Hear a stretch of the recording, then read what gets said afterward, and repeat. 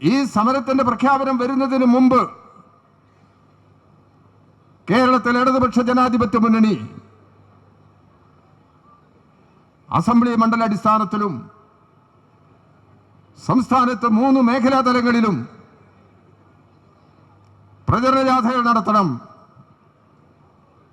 വികസനത്തിന്റെ മുദ്രാവാക്യം മുന്നോട്ട് വെക്കുകയാണ്.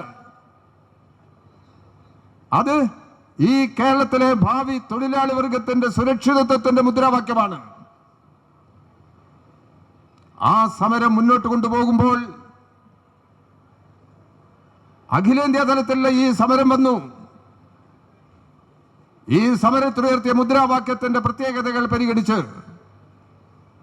ഇടതുപക്ഷ ജനാധിപത്യ മുന്നണി തീരുമാനിച്ചു, ഫെബ്രുവരി 12 എല്ലാവരും ഈ പണിമുടക്ക് സമരത്തിൽ കേന്ദ്രീകരിക്കണം എന്നുള്ളത് കൊണ്ട് ഇടതുപക്ഷ ജനാധിപത്യ മുന്നണിയുടെ അന്നത്തെ ജാഥ മാറ്റിവെക്കാൻ തീരുമാനിച്ചു. ഇന്ന് ഈ 12-ാം തീയതി നടത്താൻ തീരുമാനിച്ച 3 ജാഥയുടെ പരിപാടികളും നിർത്തലാക്കി, തൊട്ടടുത്ത ദിവസത്തിലേക്ക് മാറ്റി. ഇതാണ് തൊഴിലാളി വർഗം തിരിച്ചറിയേണ്ടത്. എന്തതിന്റെ അടിസ്ഥാനം? അത് തൊഴിലാളി വർഗത്തോടുള്ള കടപ്പാടാണ്. തൊഴിലാളികൾ നേരിടുന്ന അതിഗുരുതരമായ സാഹചര്യത്തിന്റെ ഗൗരവബോധം മനസ്സിലാക്കിക്കൊണ്ടാണ്, അത് ഉൾക്കൊണ്ടുകൊണ്ടാണ് ഇത്തരമൊരു നിലപാട് കേരളത്തിൽ ഇടതുപക്ഷ ജനാധിപത്യ മുന്നണി സ്വീകരിച്ചത്. ഐക്യജനാധിപത്യ മുന്നണി ഉണ്ടല്ലോ,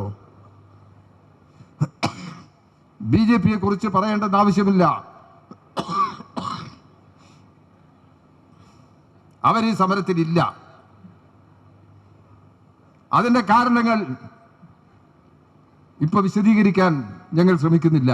വർഗീയമായ നിലപാടാണ്. അത് തൊഴിലാളികൾക്കറിയാം. ഈ മുദ്രാവാക്യങ്ങളെ തൊഴിൽ മേഖലകളിൽ, തൊഴിൽ കേന്ദ്രങ്ങളിൽ എതിർക്കാൻ BMS-ലെ തൊഴിലാളികൾക്ക് കഴിയുന്നില്ലല്ലോ. എന്താ കഴിയാത്തത്? ഈ മുദ്രാവാക്യം അവരുടെ കൂടി ജീവിതമാണ്.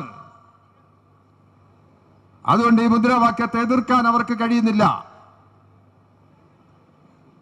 ഇവിടെ പ്രതിപക്ഷ നേതാവിന്റെ നേതൃത്വത്തിലുള്ള ജാഥ കൊട്ടും കുരവയുമായി കേരളത്തിൽ പര്യടനം നടത്തുന്നവർ കോഴിക്കോട് ജില്ലയിലാണ് അവരുടെ പര്യടനം. ഇന്നലെ കോഴിക്കോട് ജില്ലയിൽ അവരുടെ ഐക്യം പ്രകടമാകുന്ന ഒരു സംഭവം കുറ്റ്യാടിയിലുണ്ടായല്ലോ. തളർന്നു വീഴുന്നു, കഴുത്ത് പിടിച്ച് തള്ളുന്നു. എന്തൊരു ഐക്യമാണ്, എന്തൊരു യോജിപ്പാണ്! അത് ഒരു സ്നേഹത്തിന്റെ തള്ളാണ് എന്നാണ് ഇന്ന് കോഴിക്കോട്ടെ DCC പ്രസിഡന്റ് പറഞ്ഞിരിക്കുക. അതൊരു സ്നേഹത്തിന്റെ തള്ളാണ്. വല്ലാത്ത തള്ളു തന്നെയാണത്. ഇതാണ് അവരുടെ ഇടയിലുള്ള അനുഭവം.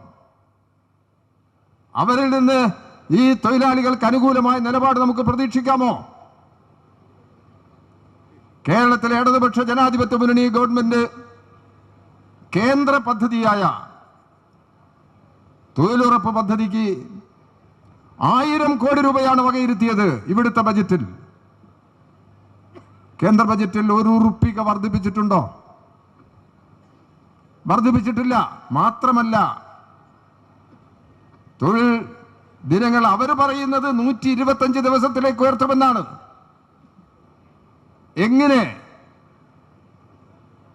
കേന്ദ്രത്തിന്റെ ബാധ്യതയിൽപ്പെട്ട ഈ പദ്ധതി നടപ്പിലാക്കുന്നതിന് 60% കേന്ദ്രം, 40% സ്റ്റേറ്റ്.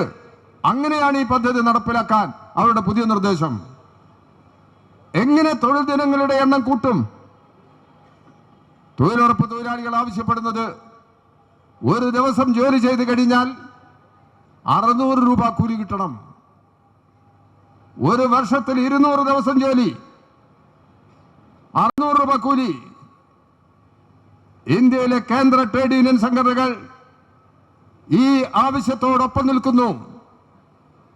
ഇന്നത്തെ ഈ സമരം ഈ തൊഴിലുറപ്പ് തൊഴിലാളികളുടെ ഈ ആവശ്യങ്ങൾ കൂടി പരിഗണിച്ചുകൊണ്ട് അവരുടെ ഈ പ്രശ്നങ്ങൾക്ക് കൂടി പരിഹാരം കാണണം എന്ന ആവശ്യം മുന്നോട്ട് വെച്ചുകൊണ്ടാണ് ഇന്നത്തെ ഈ സമരം.